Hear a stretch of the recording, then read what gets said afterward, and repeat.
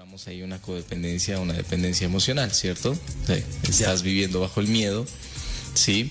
Segunda pregunta, ¿te quedas porque amas o porque no sabes estar solo? Entonces, aquellas personas que le tienen miedo a la soledad, ¿sí? Necesitan de esa otra persona porque de lo contrario no podrían vivir, no podrían estar tranquilos, no podrían continuar su vida, pues evidentemente hay una dependencia emocional.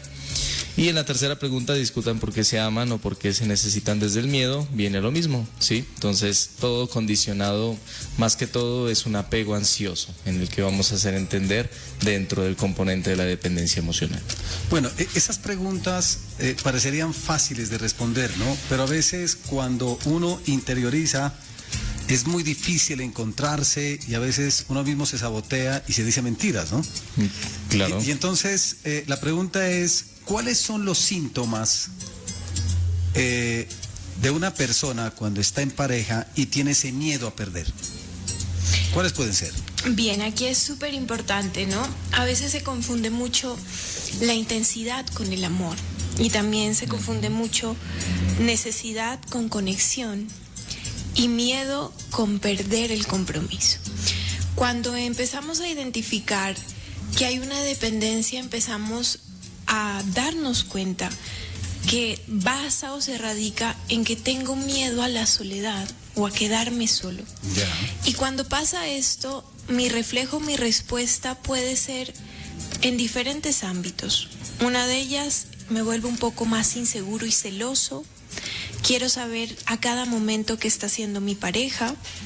No me contesta mi pareja y automáticamente mi mente entra en una situación donde yo empiezo a decir, si no me contesta es seguramente porque no soy tan importante o no valgo la pena.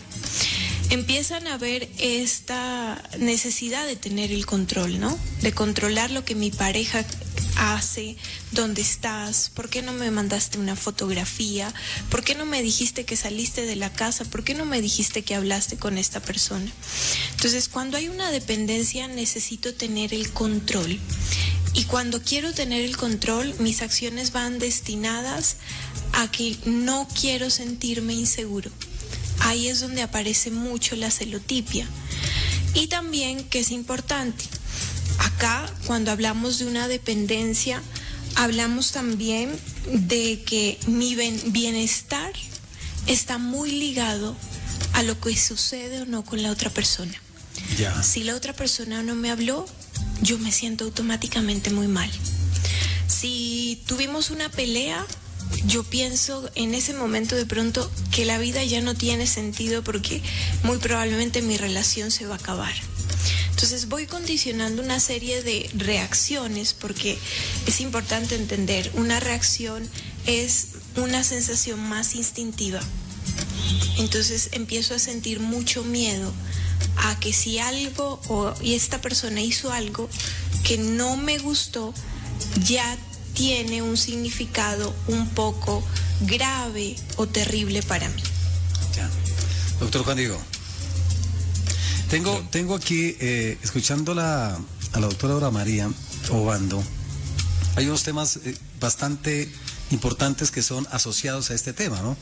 Por ejemplo, la celotipia, el tema de los celos, tener el control, el miedo, todo esto está asociado justamente a esa dependencia o qué factores pueden incidir muchísimo más para no tener ese amor que en el imaginario puede ser consciente pero que nos está afectando muchísimo. Sí, evidentemente, pues más que todos los factores ahí vienen es el apego ansioso, ¿no? Es el miedo a perder a esa persona y básicamente la clasificación o la interpretación que le das en esa relación. En ese caso es, sin esa persona no puedo vivir, realmente no podría tolerar estar solo, todo se acabaría si realmente esa persona decide alejarse de mi vida. Entonces, los factores que principalmente influyen ahí es la interpretación o básicamente el concepto que le das en ese momento a toda la relación que estás viviendo, ¿sí? Y ya como consecuencia, pues vendría a mencionar lo que comentaba la doctora Aura, por ejemplo, los celos desproporcionados. Entendíamos en alguna de las charlas que hablábamos en los anteriores capítulos de Sanamente, de que hay celos que evidentemente pueden ser saludables, ¿cierto? O sea, no quiere decir que una relación sana es la que esté exenta de los celos. Los celos saludables son celos que naturalmente puedes expresar bajo una incomodidad, ¿sí? O algo molesto que percibes de tu pareja, pero ya los celos no saludables es el control, ¿no? O sea, es el control, ya es como, hablando ya de la dependencia emocional, el apego ansioso es como esa necesidad de tenerte en mi poder, de obligarte, de invalidar tus emociones, de exigirte, porque la codependencia ya se vuelve una exigencia hacia la otra persona, ¿sí? Entonces vienen ya las famosas prohibiciones, ¿cierto? Se deja el vivir, ¿no? Se deja el no permitir a la persona que pueda tener sus espacios a solas. Entonces, pues ahí vendrían pues todas estas circunstancias ahí. Bueno, nuestro contacto, el 300-315-9393 está habilitado. La gente ya está iniciando a escribirnos a través de nuestro WhatsApp. Estaremos dando espacio también a las preguntas. Sí, claro que sí. Escribe a través de nuestro contacto. ¿Cómo identificar, doctora Aura, porque es importante y no quiero saltar y dejar esa oportunidad para preguntar, cuando una persona ya esos celos terminan siendo un tanto incontrolables y necesita justamente una charla, una terapia? Bien, aquí es importante identificar que ya yo empiezo a tener conductas de un control incluso violento. Ya. Donde incluso ya empieza a haber un maltrato de tipo psicológico, porque si no me contestaste los mensajes, tú estás haciendo esto o estás con tal, y empiezo a empezar a afirmar desde la duda situaciones que involucran que la otra persona también se sienta mal, porque me convierto en una persona ofensiva, impulsiva, y en muchas ocasiones empiezo a hacer películas muy grandes con actos muy pequeños, como cuál. Pasábamos los dos juntos y mi novia le sonrió a alguien, lo saludó muy sonriente y yo automáticamente ya pensé, ¿y este quién es? Y la empiezo a juzgar y de pronto la dejo ahí, la abandono y salgo y no le digo nada. Ese maltrato psicológico influye mucho. Cuando empiezo a darme cuenta que tengo esas conductas donde no puedo gestionar esa inseguridad, porque particularmente en todas las relaciones siempre va a haber un grado de inseguridad, ¿cierto? Porque nunca vamos a tener plenitud en que la otra persona va a estar completamente con nosotros, nos va a ser fiel, pero es precisamente lo que decía el doctor Juan Diego, es como yo gestiono, cómo interpreto. Ya. Entonces, cuando yo interpreto y a esa interpretación la vuelvo a acción, donde yo ya juzgo, donde yo ya genero incluso violencia física, es súper importante darnos cuenta que ahí hay que buscar primordialmente ayuda. ¿Por qué? Porque a veces empezamos a justificar en nombre del amor, ¿cierto? A veces, y tenemos esta frase que creo que tú la has escuchado, es que si no me cela, no me ama. Es que las personas que celan son las que de verdad a uno lo aman. Creo que sí la he escuchado, pero no la he ejercido. Exacto. Qué bueno, eso me parece perfecto. Pero bien, creo que... Amor consciente. Amor consciente. Pero creo que eso pasa mucho. Así es. Y pasa mucho, y lo curioso es que pasa de esta forma. Hay personas que cuando no recibimos ese tipo de acción de celos, pensamos que la otra persona no nos quiere. Así es. Y realmente ahí es donde nos damos cuenta que el concepto de amor sano no lo tenemos validado. Y a veces el concepto de amor sano no está validado porque yo me acostumbré o crecí en un patrón donde yo miraba que los celos eran normales, que mi papá celaba a mi mamá y le reclamaba y le decía de una forma, entonces yo pensaba, bueno, es que la quiere a mi mamá, ¿cierto? Y eso lo empecé a repetir con mis parejas, pero en ningún momento me puse a pensar en qué punto esto dejó de ser sano. Entonces, cuando yo ya identifico que cuando yo actúo y genero heridas, genero un malestar en la pareja, la ofendo, ahí es donde uno debe empezar a parar y empezar a buscar una ayuda, una reflexión externa, una orientación. ¿Por qué? Porque el amor consciente, que es de la otra parte, tiene que convertirse en una elección de libertad, en una elección donde yo no hago esto por llenar un vacío que viene desde que yo era un niño. Ya. sino porque de verdad yo veo en ti una persona que me está ayudando a que yo crezca. No al contrario, yo veo en ti una persona que me quita la soledad, porque ahí sería más un tipo de dependencia. ¿Qué pasa con una persona en pareja, obviamente, que disfruta que lo celen de esa manera no tan sana? Doctor Juan Diego. Bueno, muy bien. Dependiendo, ¿no? O sea, pues si esa persona pues ahí puede ser algo patológico. Por ejemplo, es que aquí quiero crear una diferencia. El amor consciente es un amor preferencial, y el amor en donde hay una dependencia emocional es un amor exigente, ¿sí? Por ejemplo, vamos a ponerlo desde este punto. Primera creencia, o cuando yo hablaba de las interpretaciones, vamos a decir algunas de las creencias o pensamientos o demandas irracionales, ¿sí? O no saludables y lógicas que pueden estar cursando en una relación. Por ejemplo, mi pareja debe celarme todo el tiempo, ¿sí? Esa es una demanda hacia lo que debería ser esta otra persona, ¿sí? Y se vuelve un amor exigente. O sea, ¿por qué realmente tendría que celarte como tú quisieras? Entonces, en esa pregunta que tú me dices, si una persona disfruta de que lo esté celando, debe ser entonces que esa exigencia o demanda se está complaciendo para esa persona. Pero ojo, porque entonces si estás necesitando que siempre tiene que haber ese grado de celotipia o ese grado de admiración o ese grado de validación hacia ti, ojo, porque entonces, ¿qué pasaría si después ya no viene a ese punto como tú quieres, ¿no? ¿Qué pasa si esa persona después ya no te cela? Entonces vas a dar un significado erróneo de pronto de que ya no le importo o que ya deje de ser importante para esa persona, ¿sí? Ya. Entonces, cuando hablamos de un amor exigente es básicamente condicionar o exigir, ¿no? A la otra persona. Entonces debo sentirme amado todo el tiempo por mi pareja, ¿sí? Mi pareja debe responderme todo el tiempo rápido. Ojo con esos deberían, ojo con esos tienen, ¿sí? Porque ahí es donde esas interpretaciones se vuelven patológicas y se vuelven demandantes hacia tu compañero, ¿no? O compañera. Entonces, en este caso, un amor preferencial es un amor más saludable, ¿sí? Es un quisiera o realmente me gustaría, ¿sí? Tener como la validación o la expresión del cariño de esta persona, pero comprendo que no siempre tiene que ser así, ¿sí? O comprendo que es un ser humano diferente y él tendrá su forma de expresar su amor o cariño, ¿sí?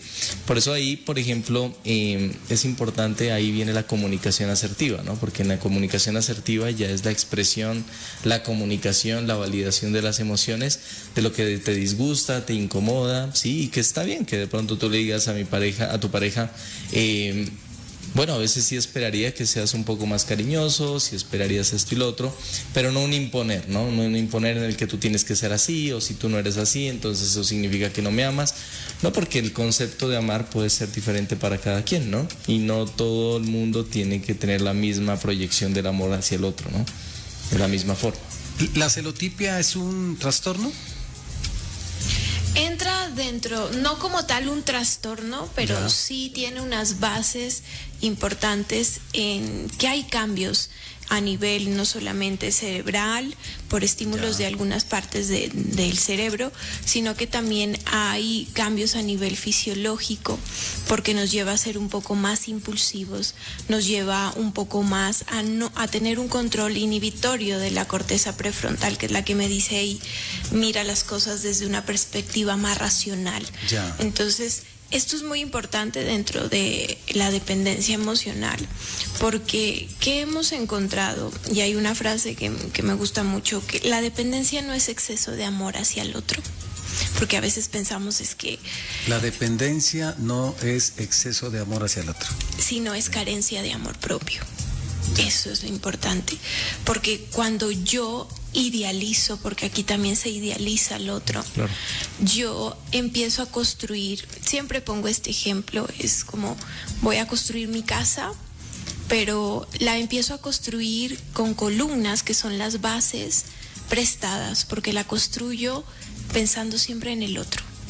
En esta pareja. Dependencia. Exacto. Entonces, cuando yo termino de construir mi casa, súper bella por dentro, también puse mis gustos, los de la otra persona, pero la raíz o la columna es el otro. ¿Qué pasa cuando se va el otro? Sí. se derrumba todo. Así es. Entonces, siempre tengo una idea que me gusta a veces compartir y es, el sueño de vida debe ser tan individual, debe ser siempre tan propio. Yo debo, desde que tengo razón y conciencia, empezar a dibujar mi sueño tan bonito, tan perfecto como quisiera, sin ponerle una cara al lado. Va a haber una persona si quiero que haya una persona, porque a veces hay personas que quieren la vida solo. Doctora, eso es muy, pero muy racional, ¿no? Pero, Sí. ¿cómo dividir el tema del amor, el tema, esa afectividad y también incluir lo racional? Es por eso, primero Ya. empieza en el amor propio. Cuando Ya. tú tienes claros tus ideales, cuando tienes claros tus proyectos, y tus proyectos tienen que ser individuales en la mayor parte del camino, cuando aparece la persona ya se vuelve un proyecto compartido, donde el otro entra a agregar, donde yo permito que mi pareja entre a agregar, incluso hay cosas que se puedan modificar, pero la base no se va a cambiar porque siempre va a ser según el proyecto que uno va creando a lo largo de la vida. Entonces, ¿por qué es importante? Porque cuando yo me empiezo a conocer, cuando yo sé lo que valgo, cuando no necesito que el otro me complemente, pero lo elijo, eso es diferente. Cuando yo comparto mi vida, pero no la entrego para que el otro la sostenga, empiezo a construir un amor sano. Porque yo ya tengo una receta, ya tengo unas columnas que son mías, que si hay un temblor van a quedar en mí. El otro se fue, se me cayó una ventana que construí con él, pero mi base sigue. Esa es la gran diferencia. Ahí En resumen, queda- es como, Doctor básicamente no es que mi pareja me hace feliz o mi felicidad depende de mi pareja, no, sino que más bien es, yo soy feliz conmigo mismo y decido compartir esa felicidad contigo. Ahí es la diferencia, Ya. ¿sí? No es que tú me haces feliz o la felicidad depende de ti, ¿sí? O tú eres esa felicidad que yo necesito. No, primero empieza por, yo construyo mi felicidad, pero la comparto contigo, ¿sí? Y en ese momento, si se va esa persona, pues listo, construiste tu felicidad, que va todo relacionado a, que lo explicó muy bonito la doctora Aura María, asociado a la casita que estás construyendo y a esa esencia pues de tu ser. Tengo dos preguntas. Ese amor consciente, digamos que está también asociado a una frase que son aquellas personas que están comprometidas a crecer juntas, ¿o no? Sí, Ya. sí. Ahí hay algo muy bonito. Es como realmente es como quiero estar contigo, más no es que necesite o no puedo vivir sin ti, ¿sí? Es un quiero. Eso en un aspecto de idiosincrasia puede sonar un poco frío y duro, ¿no? Lo que dice el doctor Juan Diego, ¿no? Sí, Claro. culturalmente a veces choca. Sí, claro.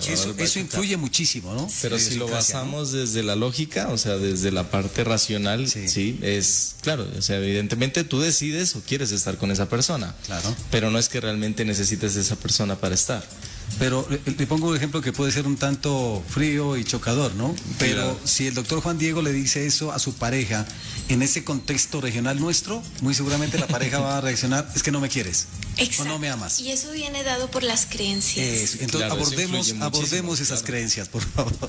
Exacto, porque se ha dibujado el significado del amor a que dar amor es solamente pensar en el otro y buscar el bien del otro. Yo quiero que Sí. tú estés bien y a toda prueba voy a hacer que tú estés bien.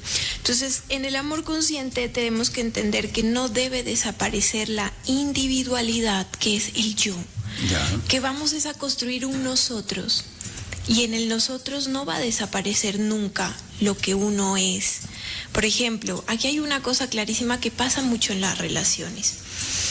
Cuando yo empiezo una relación, y es muy particular y en algún punto de todas las relaciones creo que ha pasado, uno empieza a darle más prioridad a esta persona y empieza a desligarse un poco del rol social, de los amigos, y son fases dentro del amor, ¿cierto? Pero ¿qué pasa aquí? Que llega un punto en el que se empieza a desconocer esa individualidad del yo como una prioridad y empiezo a dársela al otro. Entonces yo ya no salgo con mis amigos, sino que solo hago todo con mi pareja. voy con mi pareja a esto, voy. Entonces se construye ya una dependencia, porque la otra esfera que es importantísima, que es la esfera social de amigos, yo ya la descarté. Y uno a veces lo disfraza por amor. No, es que como esta persona me ama, me prefiere a mí. Porque si tú sigues con tus amigos, es que no me estás dando el valor. Somos de extremos. Y esos extremos en el amor sano no son buenos. Ya. El amor sano se construye en permitirle al otro seguir siendo yo, con negociaciones saludables. Porque obviamente tampoco uno va a seguir en la misma tónica de que los viernes, todo el viernes me desaparezco con mi amigo, sabiendo que a mi pareja pues le molesta. Lleva una negociación saludable, que es: mira, yo voy a seguir viendo a mi amigo porque es una persona importante para mí, pero vamos a tener unos horarios y negociamos. El amor sano es de hablar mucho, de permitirle al otro nunca dejar de ser él, pero comprometerse con una palabra que es hermosa, que es el nosotros. El nosotros nunca va a ir quitando la parte individual, pero sí construyendo. Y ahí viene la gran diferencia de entender que cuando yo estoy en pareja, nunca debo dejar de ser el que le gustaba hacer algo. Me gustaba mucho, doctora, a mí ir a caminar, y desde que estoy con mi pareja lo dejé de hacer. Ya. ¿Tú consideras que eso es sano? No, para nada. Exacto. Exacto. Entonces estas preguntas es para el público. Preguntarse qué cosas que yo antes disfrutaba sanamente ya las dejé de hacer, porque de pronto a mi pareja no le parecían. Claro, o sea, cambias quién eres para que esa persona no se moleste. Para agradarle un poco más al otro. Y ahí tiene un amor dependiente. Ahí empieza a volverse un amor dependiente. ¿Por qué? Porque yo ya dejo de ser lo que yo disfruto para convertirme en ser lo que mi pareja disfruta. ¿Qué mensaje para los oyentes que nos están escuchando, hombres y mujeres? Por eso les preguntaba al inicio, ¿qué tan bueno es escuchar este tipo de programas en pareja o de manera individual? Muy seguramente algunos lo están escuchando individualmente en su aparte estudio, en la sala, en su vehículo.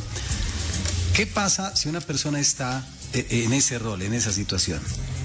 ¿Cómo empezar a abordar y empezar a cambiar y darle un giro a su vida? Aquellas cosas que dejó de hacer, que le gustaban, que le apasionaban, pero que ya no las continuó haciendo por su pareja. Ya. ¿Cuál puede ser el mensaje? Claro, ¿qué es? Por ejemplo, aquí le hago una pregunta, es ¿qué es lo peor que puede pasar si esta persona ya no está en tu vida, no? Desde ahí empieza esa pregunta, ¿sí? Porque ¿a qué le tienes miedo? Lo que pasa es que la dependencia emocional es el miedo, Germán, es la ansiedad. Ya. Es el miedo a perder a esa persona, ¿sí? Es el miedo a que esa persona ya no tenga amor por mí, es el miedo a que esa persona decida ya no estar en mi vida, es el miedo a alejar a esa persona, ¿sí? Que puede estar también mediado de miedo a la soledad, pero bueno, ya entraría en otra situación. ¿Cómo eliminar esos miedos? La aceptación de que eso también puede pasar, ¿sí? Ya.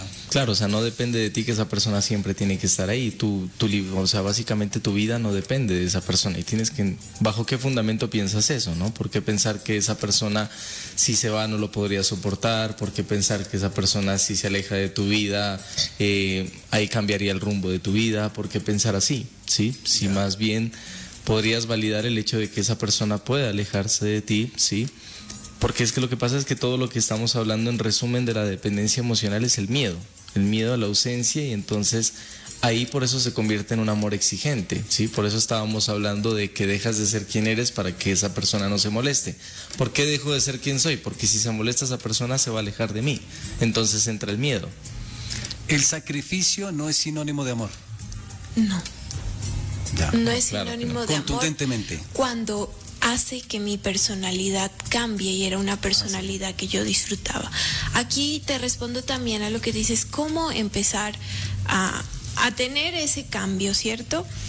Teniendo conversaciones muy incómodas. Esa es una de los primeros pasos, tener conversaciones que evitamos tener en pareja.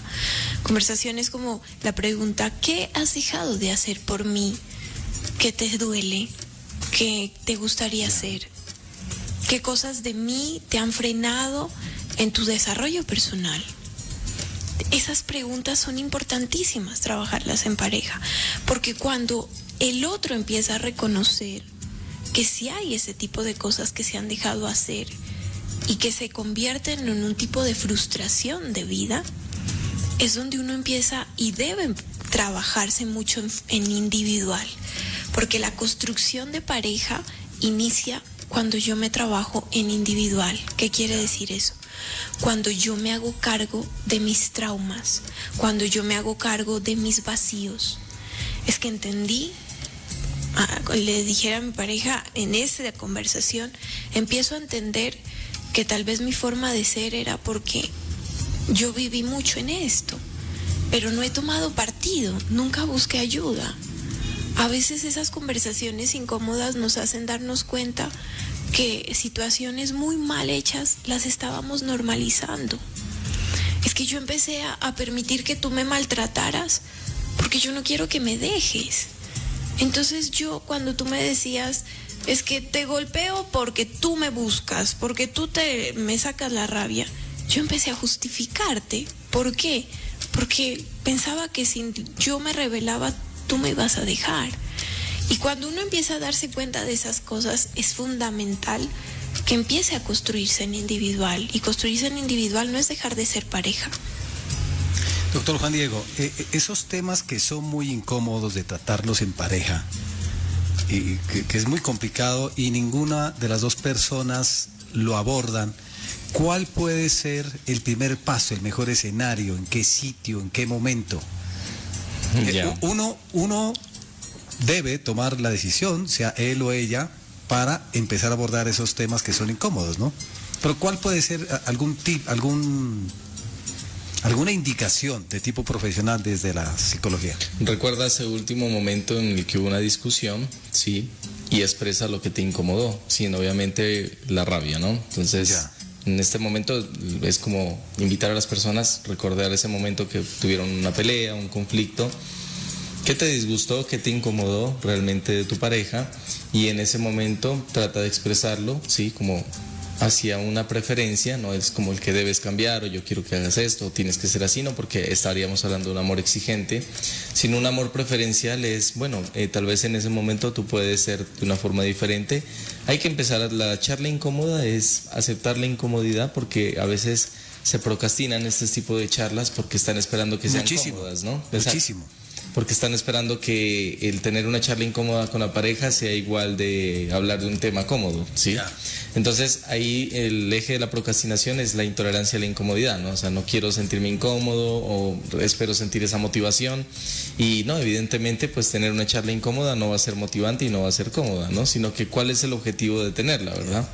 Que hoy estamos muy susceptibles a sentir esa incomodidad, ¿no? Exactamente, sí, pero que en la medida que trates de evitarlas lo vas a seguir aplazando, lo vas a seguir postergando. Entonces es muy valioso lo que mencionaba la doctora ahora, en el sentido de empezar a tener propiedad, de poder, aquí se habla del hablar del miedo sin atacar, ¿sí? O sea, hablar del miedo es, puedes expresar esa inseguridad, puedes expresar ese miedo que sientes con tu pareja, ¿sí? Pero sin atacar, sin tratar de como que se vuelva algo exigente y algo que tiene que realmente ser así, ¿no? Ahí yo quisiera hacer una intervención, y es que hay charlas que hay que tomarlas en espacios neutros. ¿Qué son espacios neutros? Incluso fuera de la casa. Qué bueno, en un ambiente donde no haya una posibilidad de que uno de los dos pueda tener el control. Porque siempre pasa como hay alguien que tiene más territorio en el ambiente propio, y uno empieza a tener ese control, y ahí es donde aparece también el control del ego, donde yo puedo tener mayor potestad de decirte las cosas. ¿Por qué? Un ejemplo, estamos aquí discutiendo en el carro y el carro es mío.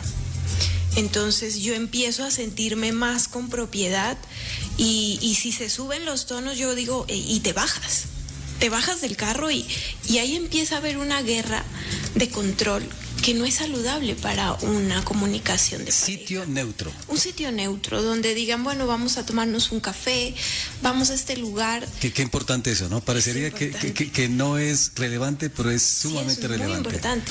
Un lugar neutro donde tú digas, aquí no puedo tener más control que el que mis argumentos pensados de una manera para construir. Que nadie juegue de local. Exactamente. Eso es fundamental. Que sean nuevos, en un espacio donde ninguno tome aprovechamiento de partido. Entonces, eso influye mucho dentro de la psicología de una conversación de pareja. Es muy importante. ¿Qué pasa en parejas? Simplemente estoy mirando como escenarios en este aspecto que hay que jugar no de local de visitantes, sino en un territorio neutro. Parejas que tienen sus discusiones, sus problemas, y ellos viven en una casa de habitación de uno de los padres de la pareja. Ahí, ¿cómo abordar ese tema? Ya, pues ese es un tema difícil porque siempre es recomendable desde la parte de salud mental que los espacios sean para cada quien, ¿no? El que tiene pareja busca su espacio, pero a veces no se puede y es entendible por las situaciones económicas. Pero siempre hacerlo en un espacio, por eso es tan importante buscar otro espacio neutral, porque ahí donde yo lo hago puedo involucrar a otras personas y esas personas tomar partido de mi relación, desde el amor, desde la preocupación, pero no va a ser una reacción sana, porque van a tomar partido más hacia a veces la parte de familiaridad, y el otro, que es el externo, va a sentirse como indefenso, como menos. Y ahí es donde viene esa inseguridad y puede aparecer la permisividad. Permito, porque como estoy acá en esta casa, si yo digo algo o pongo límites, pues me puedan sacar. Y ahí es donde aparece el miedo, y eso tiene que ver mucho que el ambiente sí determina a veces que uno no tome acción. Pero, ¿qué es lo importante? Que el ser humano se construye y que la construcción empieza incluso cuando uno empieza a derribar patrones que creía que son muy importantes, cuando empieza a derribar situaciones donde había mucho confort. Entonces, aquí son cosas difíciles de trabajar, y es importantísimo que cuando estén en una situación así de pareja, busquen ayuda para que los guíen, busquen espacios de diálogo externos a esa casa, busquen espacios donde no involucren a más personas, incluso a los hijos, porque mira qué difícil que es que dentro de una relación familiar se identifique que hay un amor dependiente y quien sean los espectadores sean los hijos. Así es. Porque ese es el constructo para que ellos, muy posiblemente, no siempre, tengan los mismos patrones que los padres. Doctor Juan Diego, abordemos las dinámicas de pareja que también estaban y están relacionadas con este tema que ustedes están tratando tan importante, de amor consciente versus la dependencia. Bueno, el amor consciente, pues evidentemente es el amor sano, sí, en donde pues estábamos hablando de un ambiente, en una relación más saludable. Pero quiero hacer un enfoque importante en el tema de la dependencia emocional, porque si estamos hablando de que la dependencia emocional es el miedo a perder a esa persona, desde ahorita empezamos ya, o sea, la forma en la medida de empezar a afrontar esa dependencia emocional es afrontando el miedo, ¿sí? Por ejemplo, a estas personas que se sientan identificadas con la codependencia emocional hay que empezar a sacar espacios en solos, ¿sí? Tienen que empezar a tener espacios solos, tienen que empezar a pasar tiempo consigo mismos, tienen que empezar a ya dejar de actuar bajo lo que la otra persona no quiere que le moleste. Es decir, si yo dejé de salir con mis amigos porque eso hacía que mi pareja se molestara y eso puede llevar a que ella se aleje de mí, pues empieza a volver otra vez a salir con tus amigos, ¿sí? Porque no puedes, o sea, tienes que empezar a afrontar ese miedo. El miedo es bajo la soledad, ¿sí? Porque entonces decíamos que una persona que tiene codependencia emocional o dependencia emocional en esas relaciones, por ejemplo, que sienta ansiedad constante, ¿sí? Entonces, sentir ansiedad constante puede estar asociado al miedo a la soledad o miedo de lo que haga la otra persona, ¿cierto? ¿Y esa ansiedad constante es por no estar con su pareja? Exactamente, correcto, ¿sí? Por el miedo a la soledad o por el miedo a digamos, qué conducta o qué comportamiento va a tomar esa otra persona. Entonces, si hablamos del miedo a la soledad, ¿cómo empiezas a vencer el miedo a la soledad? Tienes que afrontarlo, ¿cierto? Es decir, ahí hablo de los pequeños espacios que puedes pasar contigo mismo. Si hablamos del miedo a la reacción de esa persona que puede tomar, o si mi miedo es a que esa persona salga y comparta con sus amigos, pues empieza a permitir que esa persona empiece a salir también con sus amigos, porque ahí estás empezando a afrontar el miedo, ¿sí? Vuelvo y hago la reflexión, ¿qué es lo peor que puede pasar si esta persona se aleja de tu vida? ¿Dónde está el contrato donde la vida nos dijo, ojo, con la persona que usted decide estar o usted decide formar una relación, porque en el momento en el que esta persona se aleje de su vida o decida no estar con usted, usted va a dejar de respirar o qué? No, por eso cuando tú me preguntabas qué es lo que debe hacer una persona para empezar a disminuir esa dependencia emocional, es aceptar que evidentemente se puede estar solo en la vida sin la necesidad de esa persona. ¿Sí? Y eso tiene en la ejecución, es las tareas conductuales, es empezar a afrontar esos miedos. Si mi miedo es estar solo o sin esa persona, pues tienes que empezar a pasar tiempo solo, ¿sí? ¿Qué tan terrible es estar un viernes sin tu pareja? ¿Qué tan terrible es estar un fin de semana sin tu pareja? ¿Sí? ¿Qué es lo peor que puede pasar si tu pareja sale en este momento al bar con las amigas y pasa un buen rato? Listo. Seguramente puedes estar pensando que te es infiel. Si estás con el pensamiento de que mi pareja no me debe ser infiel, estás generando una demanda hacia esa persona y ojo que no está bajo tu control, ¿sí? Entonces, ¿qué pasaría si esa persona te es infiel? ¿Se derrumba tu vida? ¿Sí? ¿Pierdes el rumbo? Realmente no podrías soportarlo, pero ¿dónde está escrito? Por eso yo siempre fui muy enfático en decir, es la interpretación que tú le das en una relación, ¿sí? El otro, te da miedo decir lo que piensas, vuelve a lo mismo, o sea, es que no quiero incomodarla. Entonces, ¿qué tendrías que empezar a hacer? Incomodarte, ¿sí? ¿Incomodarte cómo? Decir lo que no te gusta. Mira, no me gusta que de pronto te vistas así, porque para mí es incómodo que salgas, en el caso de una mujer, muy escotada, ¿sí? O para una mujer a un hombre, mira, no me gusta que salgas con tantas amigas, ¿sí? Porque ya sé que todos sus amigos salen con muchísimas amigas, entonces, ¿qué me incomoda? Pues que tu círculo social siempre sea con amigas. No estoy diciendo que evidentemente ya estés haciendo algo, pero para mí es algo incómodo, ¿sí? Comunicación. Exactamente, la y comunicación decisión asertiva. para comunicarse. Correcto, ¿sí? Cambias quién eres para que no se moleste, vuelves otra señal de la dependencia emocional. Ay, no, dejo de salir con mis amigos porque entonces ella se va a alejar de mí. Pues empieza a salir con tus amigos, ¿sí? Porque ella tiene que empezar a entender que tú también tienes tus espacios, ¿sí?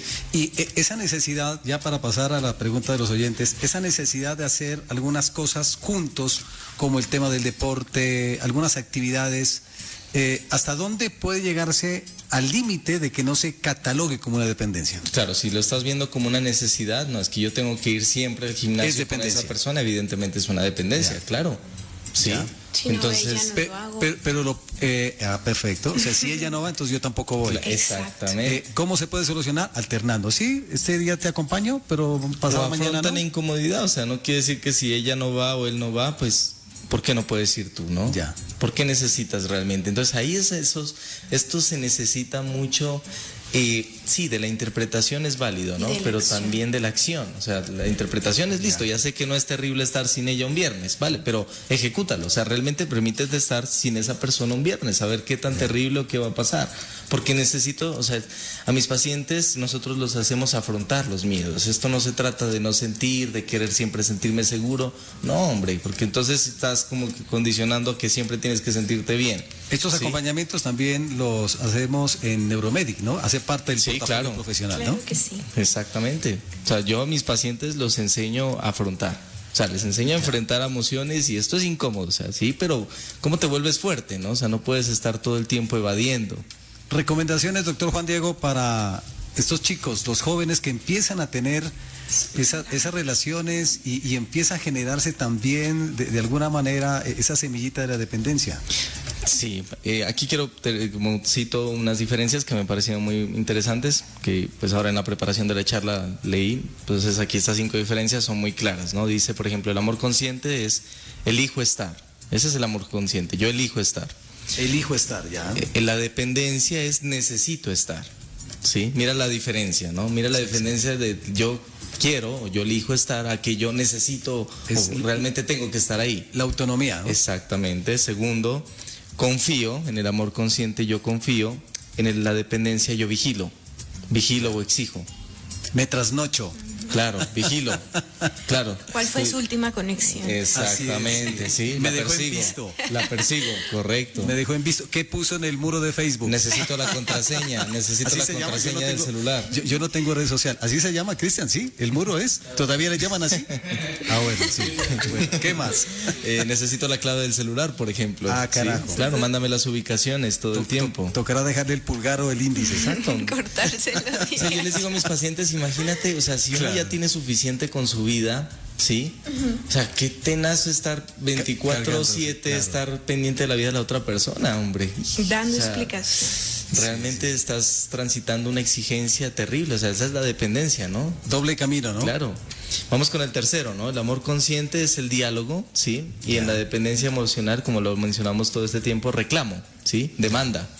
¿Pero por qué? Tú tienes que ser así, ¿no? Es que tú no tienes que salir con tus amigos, no es que tú tienes que estar siempre ahí, no es que tú tienes que decirme a cada rato que me amas, porque entonces, ¿cómo sé que realmente tú me amas? Tienes que decirme que tú me amas, ¿no? Ok, ¿no? Ojo con eso, ¿no? Ten cuidado por ahí, ¿no? Primero, el otro, el amor consciente, acepto imperfección, ojo con esto, acepto imperfección y la dependencia es exijo que cambie, tiene que ser como yo quiero que sea. Entonces yo les digo a mis pacientes, bueno, sería mejor, ¿no? Que esa persona fuera como tú quisieras, ¿no? Pero qué tan lógico es pensar que realmente tiene que ser como tú quieres, ¿no? Sí. O sea, ¿está bajo tu control o realmente depende de ti? Y recuerda, ¿no? Es un ser humano diferente, ¿por qué tendría que pensar igual que tú en ese entonces, ¿no? Así es. Mira, ¿no? Entonces ahí uno empieza a debatir con los pacientes, ¿sí? Amor consciente dice, tengo vida propia, listo. En cambio, en la dependencia dice, me pierdo en la relación. Me desconozco, dejé de ser. Deje de hacer. Claro, dejé de hacer, correcto. Sí. Me alejé de las actividades que me gustaban porque ahora necesito que, no sé, compartirlas con esa persona absolutamente, ¿no? Entonces, ojo con eso. Y el último, amor consciente, me duele, pero lo manejo. Y en la dependencia me destruyo y no lo tolero. Ojo, ¿sí? Repitamos la última parte. Amor consciente, me duele, pero lo manejo. Ya. Es decir, me incomoda, pero lo soporto. Ya. ¿Sí? Lo gestiona. Correcto. En cambio, en la dependencia es me destruye y no lo soporto o no lo tolero. Ya. Ok. Pero esa es la interpretación que tú le estás dando, ¿no? La dependencia es sufrimiento, ¿no? Sin lugar a dudas. Evidentemente. Claro que sí. Bueno, tengo, antes de irnos, son las 8:22 minutos, tengo tres inquietudes de los oyentes, son muy particulares, ¿no? Cuando escriben, ¿ah? Y yo trato de leerlos tal cual, aunque algunas veces pues le ubico algunas puntuaciones para que la idea no se nos pierda. Dice, saluda a los doctores de panel y me dice, a nosotros nos vendieron la idea de que el amor de verdad es ese que duele, que arde y que uno siente que se muere si la otra persona se va. Pero ahora dicen que eso es dependencia. ¿En qué momento ese mariposeo y esas ganas de estar pegados todo el día dejan de ser románticos y se vuelven una enfermedad o una obsesión? ¿Cómo distingo si estoy enamorado o si solo tengo miedo a quedarme solo? Hizo todo un resumen, ¿no? De lo que ustedes han tratado, ¿no? Sí, tocó algo muy importante, ¿no? Mira la parte cultural, nos han enseñado. Y eso es donde yo miré esa imagen. Crecí mirando que cuando decías que te quiere mucho es porque se la pasa llorando, es que te ama mucho, es porque mira cómo te cela, porque mira cómo está escribiéndote a cada rato y eso demuestra. Entonces, ¿cómo configuro yo el significado de amor? Depende mucho de lo que viví. Ahora, ¿qué es importante identificar? Lo que viví no siempre es saludable. Lo que aprendí del amor no siempre es amor. El amor no tiene que doler. El amor nos tiene que traer obviamente preocupación, porque somos seres humanos. El amor nos tiene que traer de pronto desilusión y en algunas ocasiones cuando lo perdamos ahí ya aparecerá un tipo de dolor, de duelo, pero que permanezcamos sufriendo durante la relación. ¿En qué se traduce o cómo se identifica? Cuando hay una constante necesidad de que la otra persona me haga sentir amado. Cuando si la otra persona no me dice te quiero en un día, yo automáticamente entro en duda y empiezo a pensar, tal vez ya se desenamoró de mí. Las fases que ella nombra, que son muy bonitas, que es la fase de ilusión, de enamoramiento, esas son, en el amor hay muchas fases, el del cosquilleo en el estómago, mariposas. Eso lo experimentamos todos. Esa ansiedad sana también. Exacto, Correcto. esos miedos, esa inseguridad de no que esté con otra persona, eso es normal. Pero cuando eso se empieza a convertir patológico, cuando ya yo empiezo a cambiar mi patrón de vida, cuando dejé de compartir con las personas que me querían por estar pendiente de que como salió mi novia, yo tenía que estar pendiente, que se conecte, que me escriba, y yo no compartí ya con ellos. Cuando la otra persona me dice algo difícil y yo ya pienso que ese día es terrible y ya no comparto con mi familia, me desquito con mi familia porque peleé con mi pareja, ahí hay un problema grande. Y ahí es donde uno tiene que empezar a reflexionar qué tanto yo estoy permitiéndole a la otra persona cambiar mis emociones. Porque si esa persona está alterando tanto mis emociones, realmente ahí uno tiene que identificar que puede ser una dependencia. Claro. Porque me está llevando a niveles donde yo empiezo a ser impulsivo, donde yo empiezo a ser desconfiado, donde yo empiezo a ser inseguro, me empiezo a comparar con otros, empiezo a comportarme como otros para gustarle un poco más a mi pareja. Entonces son muchas cositas, no hay como una linealidad que tú digas, mira, si empezaste a presentar esto, no. Hay muchas características desde la parte comportamental, emocional, física incluso, que hacen que uno se empiece a dar cuenta que ese amor o que esa relación empezó a volverse en una relación no sana. Ya. Lo importante es tener ese diálogo constante de decir, me estoy dando cuenta que tenemos estas conductas. Me estoy dando cuenta que ya no hablamos, sino que peleamos. Y esas son las dinámicas que hablábamos un poquito. Doctor Juan Diego, preguntan a través de nuestro WhatsApp, ¿por qué nos cuesta tanto soltar a alguien que sabemos que no nos hace bien? Claro, ¿no? Ahí hay un tema que se llama la ansiedad de la incomodidad, es porque no quieres vivir un duelo. Ya, entonces no quiere sigues sentirse solo, exactamente. miedo a sentirse solo. Claro, yo siempre les hago entender, y muy valiosa esa pregunta, porque yo siempre les hago entender, es muy frecuente eso en las consultas. Entonces la persona sabe, ¿no?, que realmente a esa persona no le conviene, ¿no? Es consciente. Sí, es consciente, ¿no? Pero entonces hay algo que se llama la ansiedad de la incomodidad y es el miedo a vivir un duelo, ¿cierto? O sea, puede estar asociado a la interpretación, sí, o ya uno empieza a debatir, pero yo siempre les digo, mira, si tú siguieras en esa relación, ¿cómo te vas a seguir sintiendo? Incómodo. Y si tú decides en este momento alejarte, ¿va a ser algo cómodo o incómodo? También va a ser incómodo, ¿no? Hay dos incomodidades. ¿Sí? Elija cuál quiere vivir. ¿Cuál quiere vivir? Más, exacto, más objetivo en el balance de tu vida, ¿no?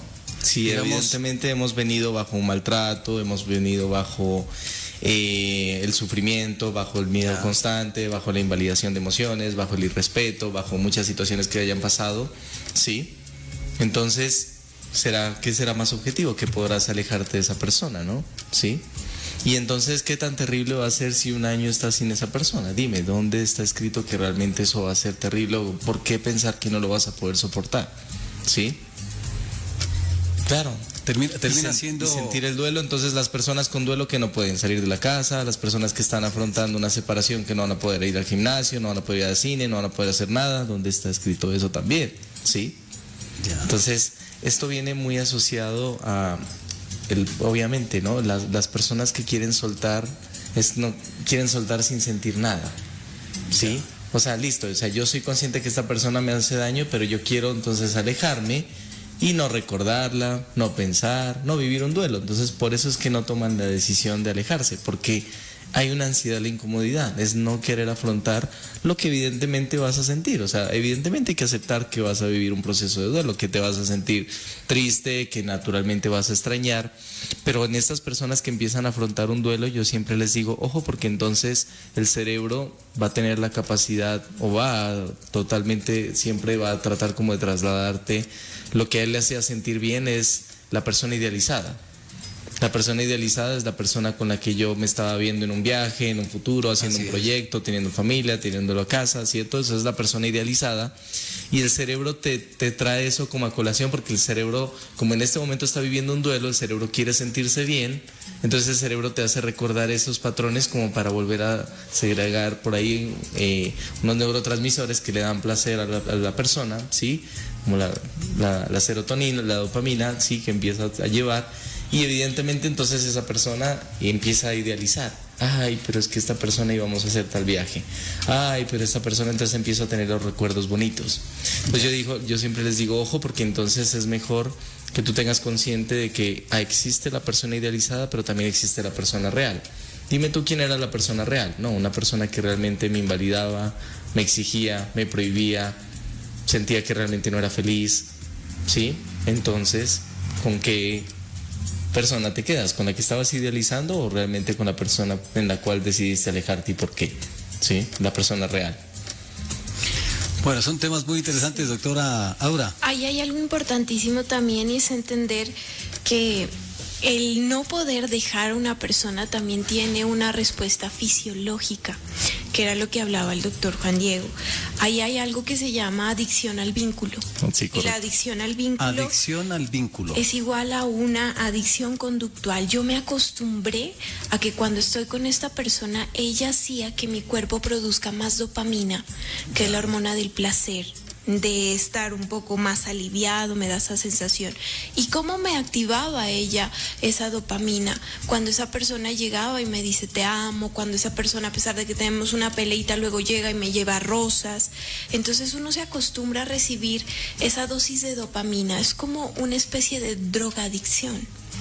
Me acostumbró a recibir esta dopamina, entonces cuando esta persona se empieza a distanciar, esa dopamina empieza a bajar y ahí empieza a actuar todo lo que tiene que ver con cortisol y ansiedad. Entonces, como a mí no me gusta sentir eso y yo prefiero más la dopamina, pues empiezo a decir, mejor me quedo, porque de alguna manera hay momentos duros, pero igual me hace sentir bien. Me empiezo a ir más por la parte de cómo me hace sentir cuando estamos bien y a evitar la parte más desagradable, que es cuando ya no estamos bien o cuando ya nos vamos a alejar.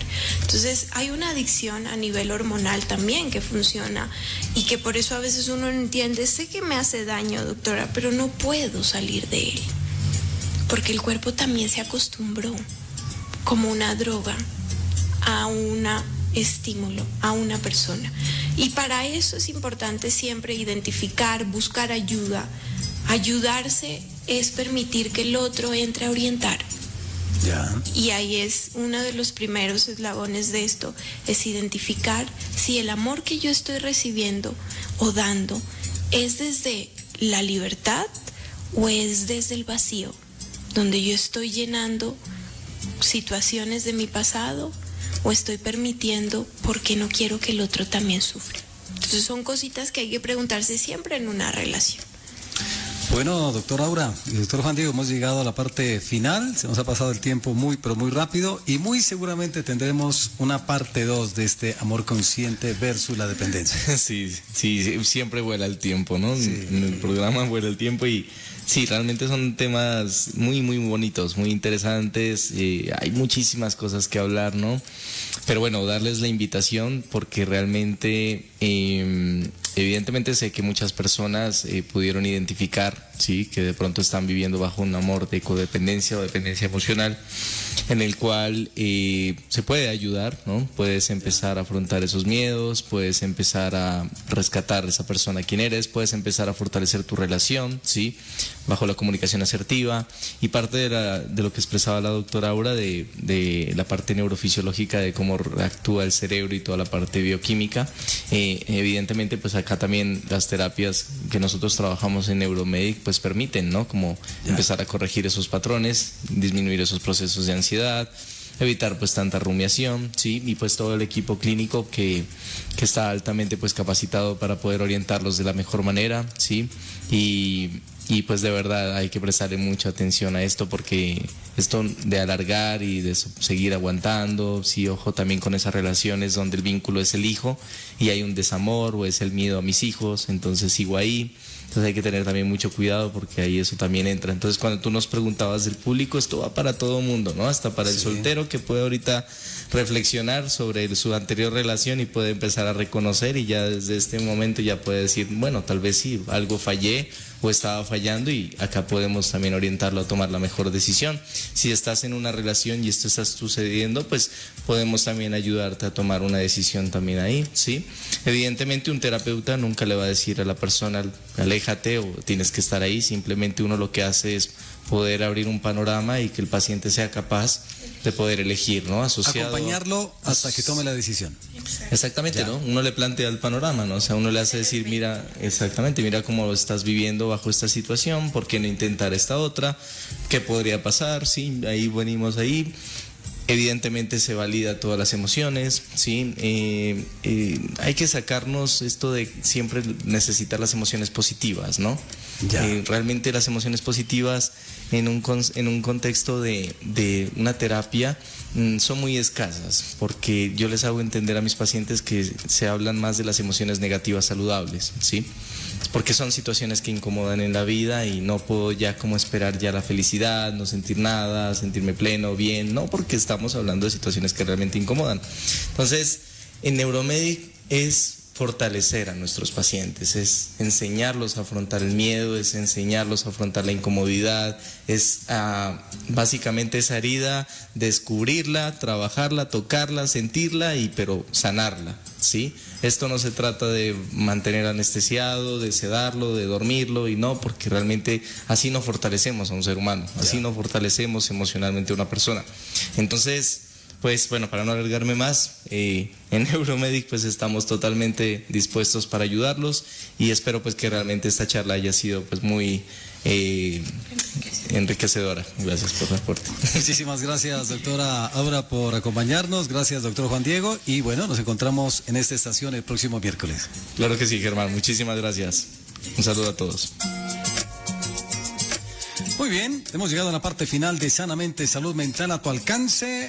No se olviden, cada miércoles en punto de las 7 de la noche tenemos una cita con nuestra salud mental, de 7 de la noche a 7:30, música relajante, una música muy tranquila, y luego ya entramos con nuestros panelistas. Así es que nos encontramos el próximo miércoles. Muchas bendiciones, feliz noche, buen amanecer, y de mi parte decirles que nos seguimos encontrando aquí en esta estación, en 88.1 FM.